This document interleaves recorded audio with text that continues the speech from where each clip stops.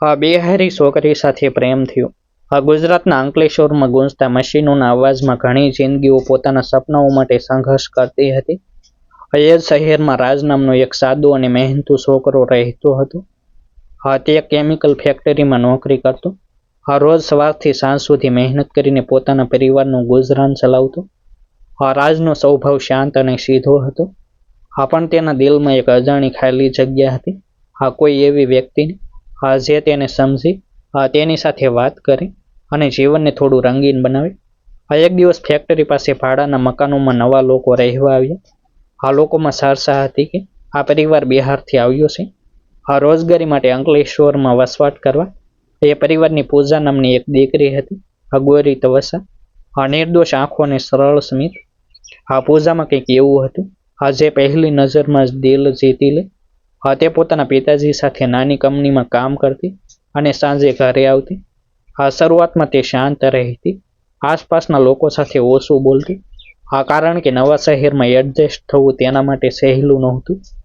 એક સાંજે રાજ કામ પરથી ઘરે આવી રહ્યો હતો. ત્યારે તેને રસ્તા પર પૂજા દેખાઈ. તે બજારથી શાકભાજી લઈ રહી હતી, પણ ભાષાની સમસ્યાના કારણે દુકાનદાર સાથે સારી રીતે વાત કરી શકતી નહોતી. રાજે આગળ વધીને મદદ કરી. તેણે ગુજરાતી અને હિન્દી બંનેમાં સમજાવીને પૂજાને મદદ કરી. પૂજાએ સ્મિત સાથે ધન્યવાદ કહ્યું અને એ ક્ષણે રાજના દિલમાં કંઈક બદલાઈ ગયું. એ માત્ર એક નાની મદદ નહોતી, એ એક શરૂઆત હતી. ધીરે ધીરે બંને વચ્ચે ઓળખાણ વધતી ગઈ.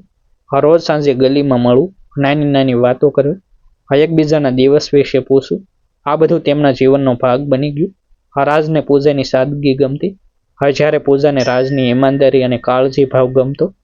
ભાષાની દિવાલ હોવા છતાં દિલોની ભાષા તેમને નજીક લાવી રહી હતી. ક્યારેક રાજ તેને ગુજરાતી શીખવતો અને પૂજા તેને બિહારી સ્ટાઇલના શબ્દો શીખવતી.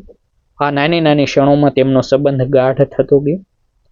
એક દિવસ વરસાદી માહોલમાં બંને છત્રી નીચે ઊભા હતા.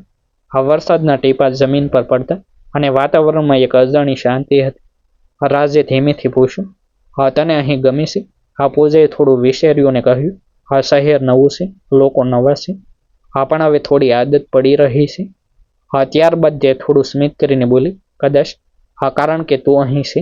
આ શબ્દો સાંભળીને રાજનું દિલ જોરથી ધડકવા લાગ્યું. એ ક્ષણે બંને વચ્ચેની લાગણીઓ શબ્દોથી આગળ વધી ગઈ. પરંતુ પ્રેમનો રસ્તો હંમેશા સરળ નથી હોતો. પૂજાના પરિવારને આ વાતનો અંદાજ આવી ગયો. તેઓ પરંપરાગત વિચારધારા ધરાવતા હતા અને પોતાની દીકરી માટે પોતાના સમાજમાં જ લગ્ન કરવા માંગતા હતા. એક દિવસ પૂજાના પિતાએ તેને કડક શબ્દોમાં સમજાવ્યું કે આ સંબંધ આગળ નહીં વધી શકે. પૂજા માટે આ ખૂબ મુશ્કેલ ક્ષણ હતી. એક તરફ પરિવારનું માન અને બીજી તરફ રાજ માટેની લાગણી. રાજને પણ આ વાતની ખબર પડી. તેણે નક્કી કર્યું કે તે પૂજાને કોઈ મુશ્કેલીમાં નહીં મૂકી. તેણે પૂજાને મળીને કહ્યું, જો તારા પરિવારને આ સંબંધ સ્વીકાર્ય નથી તો હું તને કોઈ મુશ્કેલીમાં નથી મૂકવા માંગતો. તારું સુખ મારા માટે મહત્વનું છે. આ શબ્દો સાંભળીને પૂજાની આંખોમાં આંસુ આવી ગયા. તેણે કહ્યું, પ્રેમ કરવો ખોટું નથી, પણ પરિસ્થિતિઓ ક્યારેક અમને મજબૂર બનાવી દેશે. દિવસો પસાર થયા. બંને એકબીજાથી દૂર રહેવા લાગ્યા, પણ દિલથી દૂર થઈ શક્યા નહોતા.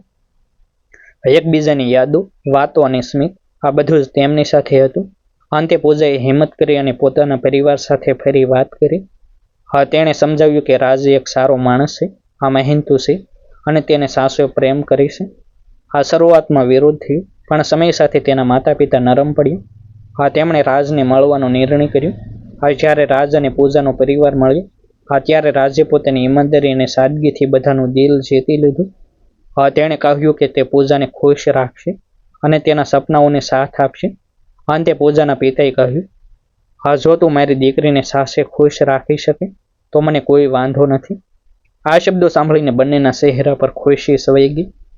થોડા સમય પછી બંનેના લગ્ન સરળ રીતે થયા.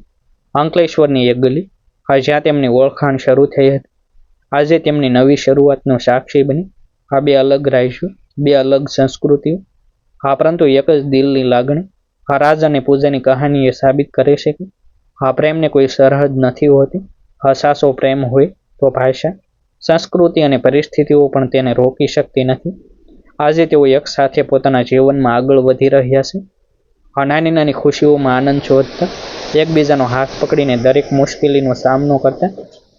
હા, તેમની કહાની માત્ર પ્રેમની નથી, એ વિશ્વાસ, હિંમત અને સંબંધોની સાચી કિંમત સમજાવતી એક સુંદર મુસાફરી છે.